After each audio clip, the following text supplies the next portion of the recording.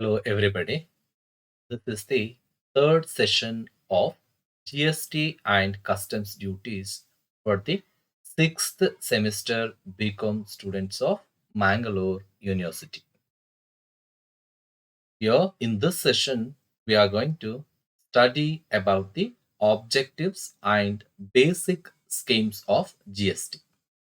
ಜಿಎಸ್ಟಿಯಲ್ಲಿರುವಂತಹ ಸಾಮಾನ್ಯವಾದಂತಹ ಕೆಲವು ಸ್ಕೀಮ್ಗಳು ಮತ್ತು ಅದರ ಉದ್ದೇಶಗಳನ್ನ ಇಲ್ಲಿ ಸ್ಟಡಿ ಮಾಡ್ತಾ ಇದ್ದೇವೆ. ಜಿಎಸ್ಟಿಯ ಉದ್ದೇಶಗಳು. ಲರ್ನಿಂಗ್ ಆಬ್ಜೆಕ್ಟಿವ್ಸ್ ಇದನ್ನ ಯಾಕಾಗಿ ಕಲಿತಾ ಇದ್ದೇವೆ ಈ ಚಾಪ್ಟರ್ ಚಾಪ್ಟರ್ ಅನ್ನ ಅಂತ ಹೇಳಿದ್ರೆ, after studying this chapter we will be able to understand the concept of GST.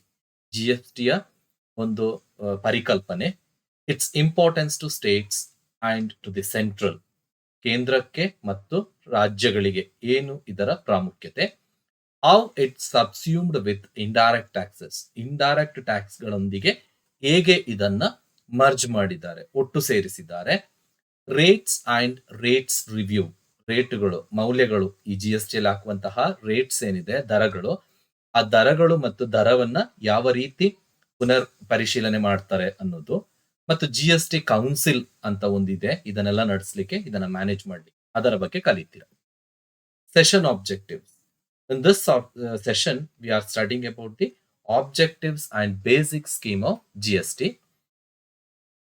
Introduction. Now, let us see the objectives of GST. GST ಯ ಉದ್ದೇಶಗಳು.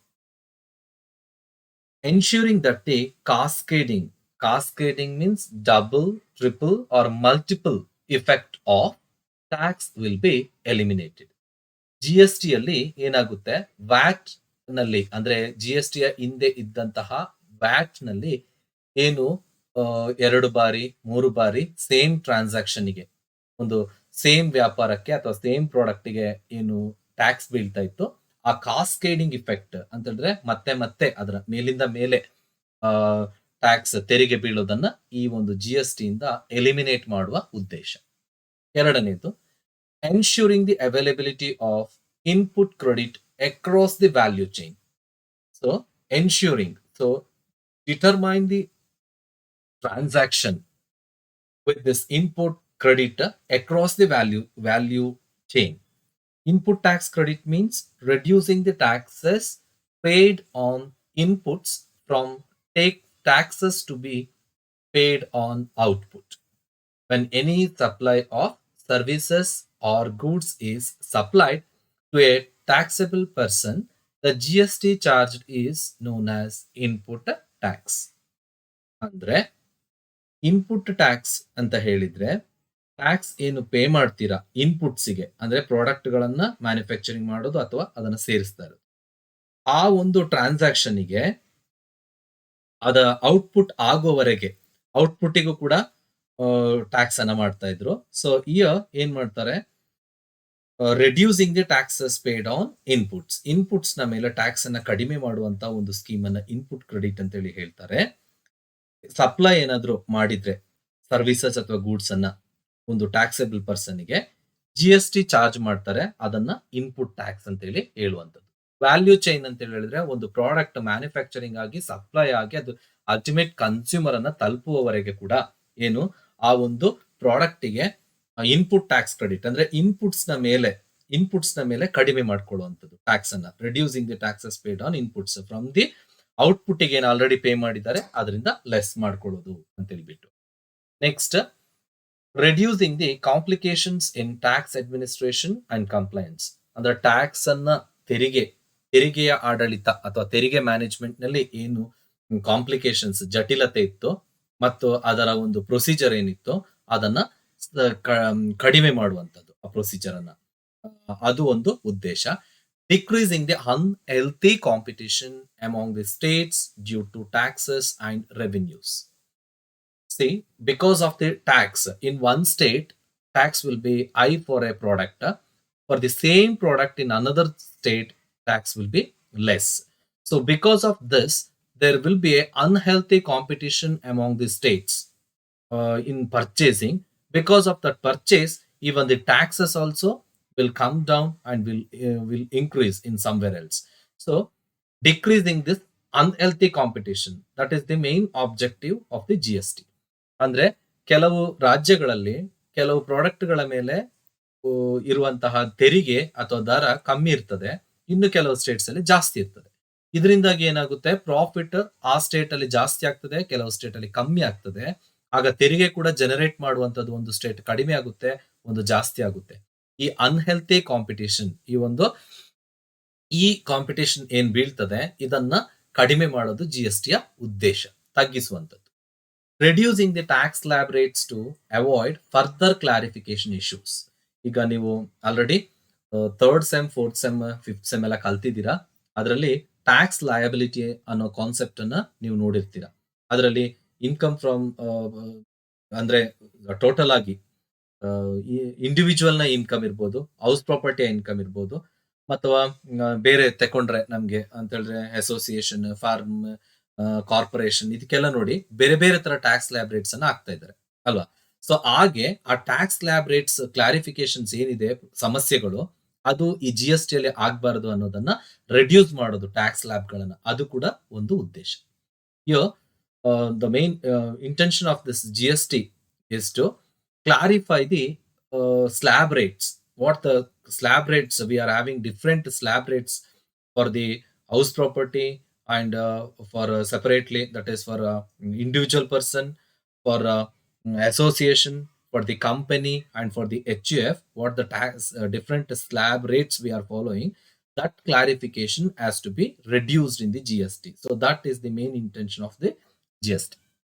To implement one country one tax, ಒಂದು ದೇಶ ಒಂದು ತೆರಿಗೆ ಅಂತ ಹೇಳುವಂತದ್ದನ್ನ ಇಂಪ್ಲಿಮೆಂಟ್ ಮಾಡಬೇಕು, ಅಳವಡಿಸ್ಕೊಳ್ಬೇಕು ಅನ್ನೋದು ಒಂದು ಉದ್ದೇಶ. ಮತ್ತೆ consumption based tax instead of manufacturing ಆಗುವಲ್ಲಿಂದಲೇ ಟ್ಯಾಕ್ಸ್ ಅನ್ನ ಹಾಕ್ಲಿಕ್ಕಿಂತ ಎಲ್ಲಿಗೆ ಹೋಗಿ ಎಲ್ಲಿ ಕನ್ಸಂಪ್ಷನ್ ಮಾಡ್ತಾರೆ ಹೆಚ್ಚು, ಆ ಒಂದು ಸ್ಥಳದಲ್ಲಿ ಆ ಕನ್ಸಂಪ್ಷನ್ ಮಾಡಿದವರ ಹತ್ರ ಹೆಚ್ಚು ಟ್ಯಾಕ್ಸ್ ಅನ್ನ ಪಡಿಬೇಕು ಅನ್ನೋ ಉದ್ದೇಶ. ಮ್ಯಾನುಫ್ಯಾಕ್ಚರಿಂಗ್ ಆದಲ್ಲಿ ಪಡೆಯೋದಲ್ಲ ಅಂತ ಹೇಳುವಂತದ್ದು, ಅದು ಒಂದು ಉದ್ದೇಶ. Uniform GST registration, payment and input tax credit. Uniform GST registration in the sense, in throughout India, they want a standard GST registration, and the payment and input tax credit also they want in a uniformity. ಅಂದ್ರೆ ಒಂದು ಸಮಾನ ರೀತಿಯಲ್ಲಿ GST registration ಅನ್ನ ಮಾಡೋದು, ಮತ್ತೆ ಅದರ payment ಇರ್ಬೋದು, input tax credit ಗಳನ್ನ ಸಮಾನ ರೀತಿಯಲ್ಲಿ ತರಿಸಬೇಕು.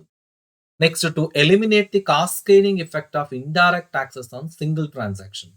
ಒಂದೇ ಟ್ರಾನ್ಸಾಕ್ಷನ್, ಒಂದು ವ್ಯಾಪಾರ ಏನಿದೆ ಅದರ ಮೇಲೆ ಮತ್ತೆ ಮತ್ತೆ ತೆರಿಗೆ, ಡಬಲ್ ಇಫೆಕ್ಟ್, ಟ್ರಿಪಲ್ ಇಫೆಕ್ಟ್ ಬೀಳ್ತದಲ್ವಾ, ಆ ಟ್ರಿಪಲ್ ಇಫೆಕ್ಟ್ ಗಳನ್ನ ಅಥವಾ ಆ ಒಂದು ಹೆಚ್ಚಿನ ತೆರಿಗೆಯನ್ನ ಒಂದು ಸಿಂಗಲ್ ಟ್ರಾನ್ಸಾಕ್ಷನ್ ಮೇಲೆ ಬೀಳೋದನ್ನ ಎಲಿಮಿನೇಟ್ ಮಾಡೋದು ಈ GST ಯ ಉದ್ದೇಶ. Just eliminating that cascading effect. We can say double effect or more then that.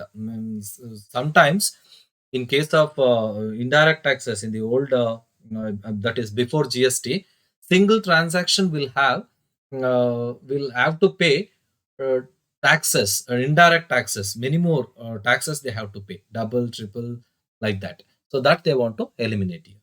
Next, subsume all indirect taxes at center and state level. Indirect taxes ಗಳು ಏನು ಕೇಂದ್ರ ಮತ್ತು ರಾಜ್ಯ ಸರ್ಕಾರದ ಅಂಡರ್ ನಲ್ಲಿ ಇತ್ತು, ಅದನ್ನೆಲ್ಲ ಸೆಂಟರಿಗೆ ಒಂದೇ ಕಡೆ ಸಬ್ಸ್ಯೂಮ್, ಸೇರಿಸುವಂತದ್ದು ಅಂತೇಳಿ. Reduce tax evasion and corruption. Tax ಅನ್ನ ತೆರಿಗೆ ಪೇಮೆಂಟ್ ಮಾಡೋದನ್ನ ತಡೆಯೋದು ಮತ್ತು ಕರಪ್ಷನ್ ಅನ್ನ ರೆಡ್ಯೂಸ್ ಮಾಡುವಂತದ್ದು ಈ GST ಯ ಉದ್ದೇಶ. ಇನ್ಕ್ರೀಸ್ ಪ್ರೊಡಕ್ಟಿವಿಟಿ, ಉತ್ಪನ್ನ ಏನಿದೆ ಅದನ್ನ ಹೆಚ್ಚು ಮಾಡುವಂತದ್ದು. Increase tax to GDP ratio. GDP ರೇಷಿಯೋಕ್ಕೆ, ಗ್ರಾಸ್ ಡೊಮೆಸ್ಟಿಕ್ ಪ್ರಾಡಕ್ಟ್ ಅಂತ ಹೇಳ್ತೇವಲ್ವಾ, ಆ GDP ಯ ಅನುಪಾತಕ್ಕೆ ಟ್ಯಾಕ್ಸ್ ಅನ್ನ ಹೆಚ್ಚು ಮಾಡೋದು ಮತ್ತು ರೆವೆನ್ಯೂ, ಕಂದಾಯವನ್ನ ಹೆಚ್ಚಪಡಿಸುವಂತದ್ದು, ಅದು GST ಯ ಮುಖ್ಯ ಉದ್ದೇಶ. ಇನ್ನು basic scheme of GST. If you see the basic scheme of GST, there are two basic schemes of GST: regular scheme and composition scheme. We'll see the regular scheme first. Under this scheme, registration is required once threshold limit of 20 lakh exceeds. So ಇಲ್ಲಿ regular scheme ನಲ್ಲಿ GST registration ಏನು ಯಾವಾಗ ಜಾಸ್ತಿ ಮಾಡಬೇಕು ಆಗುತ್ತೆ ಅಂತ ಹೇಳಿದ್ರೆ 20 lakhs ಅನ್ನ ಎಕ್ಸೀಡ್ ಆದ್ರೆ, 10 lakhs in case of special category States like Jammu Kashmir ಮತ್ತು ಅದಕ್ಕೆ ಸಂಬಂಧಪಟ್ಟ ಹಾಗೆ. ಈಗ ಅದು ಹೋಗಿರ್ತದೆ, ಯಾಕಂತ ಹೇಳಿದ್ರೆ ಆರ್ಟಿಕಲ್ 377 ಕ್ಯಾನ್ಸಲ್ ಆಗಿರೋದ್ರಿಂದ ಈಗ ಅವರಿಗೆ ಕೂಡ ಇದೇ ರೇಟ್ ಬರುವಂತ ಸಾಧ್ಯತೆಗಳಿದೆ. SSC is liable to follow all rules and regulations as per GST. ಈ ರೆಗ್ಯುಲರ್ ಸ್ಕೀಮ್ ನ ಪ್ರಕಾರ SSC ಟ್ಯಾಕ್ಸ್ ಪೇ ಮಾಡುವ SSC ಯಾರಿದ್ದಾರೆ ಅವರು rules and regulations GST act ಪ್ರಕಾರ ಇರುವಂತಹ ರೂಲ್ಸ್ ಅಂಡ್ ರೆಗ್ಯುಲೇಷನ್ಸ್ ಅನ್ನ ಫಾಲೋ ಮಾಡಬೇಕಾಗುತ್ತೆ. Maintenance of books of accounts, filling returns, issue of invoices should be as per act. ಕಾಯ್ದೆಯ ಪ್ರಕಾರವೇ ಅಕೌಂಟ್ಸ್ ಗಳನ್ನ ಮೇಂಟೈನ್ ಮಾಡಬೇಕು, ಬುಕ್ಸ್ ಆಫ್ ಅಕೌಂಟ್ಸ್, ರಿಟರ್ನ್ಸ್ ಅನ್ನ ಫೈಲ್ ಮಾಡೋದು, ಇನ್ವಾಯ್ಸಸ್ ವೋಚರ್ಸ್ ಗಳನ್ನ ಇಶ್ಯೂ ಮಾಡುವಂತದ್ದೆಲ್ಲವೂ ಕೂಡ ಈ GST ಆಕ್ಟ್ ಪ್ರಕಾರವೇ ಇರಬೇಕು ಅಂತ ಹೇಳ್ಬಿಟ್ಟು. According to the GST act only books of accounts to be maintained and returns has to be filed and the issue of invoices should be maintained. Application to suppliers who are all not covered under the composition scheme of GST. It is applicable. ಈ regular scheme ಯಾರಿಗೆ apply ಆಗುತ್ತೆ ಅಂತ ಹೇಳಿದ್ರೆ, ಯಾರು composition scheme ಅಲ್ಲಿ ಇಲ್ವೋ, composition ಸ್ಕೀಮಿಗೆ cover ಆಗಿಲ್ವೋ ಅವರಿಗೆಲ್ಲರಿಗೂ ಕೂಡ ಈ ಒಂದು ರೆಗ್ಯುಲರ್ ಸ್ಕೀಮೇ ಅವರಿಗೆ ಅಪ್ಲೈ ಆಗುವಂತ. ಕಾಂಪೋಸಿಷನ್ ಸ್ಕೀಮ್ ಅಂತ ಹೇಳಿದ್ರೆ make compliance easier for small businesses. So ಸಾಧಾರಣವಾಗಿ ಇದು ಸಣ್ಣ ಮತ್ತು ಮಧ್ಯಮ ಅಂತ ಇಟ್ಕೊಳ್ಬಹುದು. ಅದರಲ್ಲೂ ಮುಖ್ಯವಾಗಿ ಸಣ್ಣ ವ್ಯಾಪಾರ ಅಂತ ಏನಿದೆ ಅದಕ್ಕೆ ಅಪ್ಲೈ ಆಗುತ್ತೆ. ಅವರ ವರ್ಕ್ ಈಸಿಯರ್ ಮಾಡ್ಲಿಕ್ಕೆ, ಅವರ ಕಂಪ್ಲೈನ್ಸ್, ಅವರ ಬೇಡಿಕೆ ಏನಿದೆ ಅದನ್ನ ಕಡಿಮೆ ಮಾಡ್ಲಿಕ್ಕೆ. ಮತ್ತು the one nation one tax scheme GST ಅದೇನಿದೆ which promises to club all the indirect taxes into one which boosts a composition scheme for small businesses. ಅಂದ್ರೆ ಒನ್ ನೇಷನ್ ಒನ್ ಟ್ಯಾಕ್ಸ್ ಅಂತ ಹೇಳ್ಬಿಟ್ಟು ಇಂಡೈರೆಕ್ಟ್ ಟ್ಯಾಕ್ಸ್ ಗಳನ್ನ club ಮಾಡ್ತಾರಲ್ವಾ, ಒಟ್ಟು ಸೇರಿಸುವಂತದ್ದು, ಅದು ಈ ಕಾಂಪೋಸಿಷನ್ ಸ್ಕೀಮ್ ಅನ್ನ ಸ್ಮಾಲ್ ಬಿಸ್ನೆಸ್ ಅವರಿಗೆ ಪ್ರೋತ್ಸಾಹಿಸ್ತದೆ ಅಂತೇಳಿ. Next, the GST composition scheme will make compliance with the tax laws. GST composition scheme tax ಲಾ ಪ್ರಕಾರ ಅದು ಅವರಿಗೆ ಹ್ಯಾಸಲ್ ಫ್ರೀ ಅಂತ ಹೇಳಿದ್ರೆ ತುಂಬಾ ಕನ್ಫ್ಯೂಷನ್ ಅಥವಾ ತುಂಬಾ ಕಠಿಣವಾಗಿ ಕಷ್ಟಪಡುವ ರೀತಿ ಇರ್ತಲ್ಲ, ಅದನ್ನೆಲ್ಲ ಕಡಿಮೆ ಮಾಡ್ಲಿಕ್ಕೆ business opting for the scheme ಅಂತೇಳಿ, ಅಂದ್ರೆ ಈಸಿಯಾಗಿ ಎಲಿಜಿಬಲ್ ಆಗಿ ಸಿಗ್ಲಿಕ್ಕೆ ಅವರಿಗೆ. A taxpayer whose turnover is below ₹1.5 crore, ಯಾರ ಟರ್ನ್ ಓವರ್ 1.5 crore ಇರ್ತದೋ the threshold for composition scheme will be increased. ಅಂತವರು ಪ್ಲಸ್ ಅವರ ಥ್ರೆಶೋಲ್ಡ್ ಲಿಮಿಟ್ 1.5 crore ಗಿಂತ ಜಾಸ್ತಿ ಕೂಡ ಆಪ್ಟ್ ಮಾಡ್ಕೊಳ್ಬಹುದು ಈ ಕಾಂಪೋಸಿಷನ್ ಸ್ಕೀಮ್ ಅಲ್ಲಿ. ಅಂದ್ರೆ ಇಲ್ಲಿ ಇವರನ್ನ ಪ್ರೋತ್ಸಾಹಿಸ್ಲಿಕ್ಕೆ ಅಂತ ಹೇಳಿ ಹೇಳ್ಬೋದು. In case of north eastern States, Himachal Pradesh ವಿಷಯಕ್ಕೆ ಬಂದ್ರೆ ಆ 1.5 crore ಲಿಮಿಟ್ ಏನಿದೆ ಅದು ₹75 lakh ಅದು ಲಿಮಿಟ್ ಆಗುತ್ತೆ. Turnover of all business registered with the same PAN, ಅಂದ್ರೆ ಒಂದು ಪ್ಯಾನ್ ಕಾರ್ಡ್ ನಲ್ಲಿ ಸೇಲ್ಸ್ ಅನ್ನ ಆಲ್ ಬಿಸ್ನೆಸ್, ಎಲ್ಲಾ ಬಿಸ್ನೆಸ್ ಗಳ ಟರ್ನ್ ಓವರ್ ಅನ್ನ ರಿಜಿಸ್ಟರ್ ಮಾಡ್ಕೊಳ್ಬಹುದು. Should be taken into consideration to calculate turnover. ಒಬ್ಬರ ಸೇಲ್ಸ್ ಅನ್ನ, ಇದು ನೋಡಿ ಹಿಂದೆ ಏನಾಗ್ತಾ ಇತ್ತು, ಬೇರೆ ಬೇರೆ ಪ್ಯಾನ್ ಇಟ್ಕೊಳ್ತಾ ಇದ್ರು ಮತ್ತೆ ಬಿಸ್ನೆಸ್ ಬೇರೆ ಇರ್ತಾ ಇತ್ತು. ಹಾಗೆ ಅವರ ಟರ್ನ್ ಓವರ್ ಅನ್ನ ಲೆಕ್ಕ ಹಾಕುವಾಗ ಅವರಿಗೆ ಬೇರೆ ಬೇರೆ ಸ್ಲ್ಯಾಬ್ ರೇಟ್ಸ್ ಅಲ್ಲಿ ಬೆನಿಫಿಟ್ ಗಳು ಸಿಕ್ಕಿ ಹೋಗ್ತಾ ಇತ್ತು. ಯಾವ ರೀತಿ ಅಂತ ಹೇಳಿದ್ರೆ, ಕೆಲವು ಬಿಸ್ನೆಸ್ ಅಲ್ಲಿ ಪ್ರಾಫಿಟ್ ಜಾಸ್ತಿ ಇತ್ತು, ಕೆಲವು ಲಾಸ್ ಇತ್ತು, ಕೆಲವು ಕಡಿಮೆ ಇರ್ತದೆ. ಆಗ ಅದನ್ನ ಟ್ಯಾಕ್ಸ್ ರೇಟ್ ಸ್ಲ್ಯಾಬ್ ರೇಟ್ಸ್ ಕೊಡುವಾಗ ಅದರಲ್ಲಿ ಯಾವುದೋ ಒಂದು ರೀತಿಯ ಬೆನಿಫಿಟ್ ಗಳು ಅವರಿಗೆ ಆಗಿ ಹೋಗ್ತಿತ್ತು, ಗವರ್ಮೆಂಟ್ ಗೆ ತಪ್ಪಿ ಹೋಗ್ತಾ ಇತ್ತು.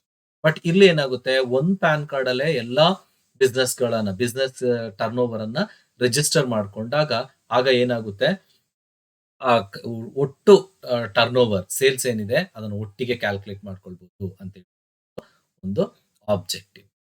Thank you.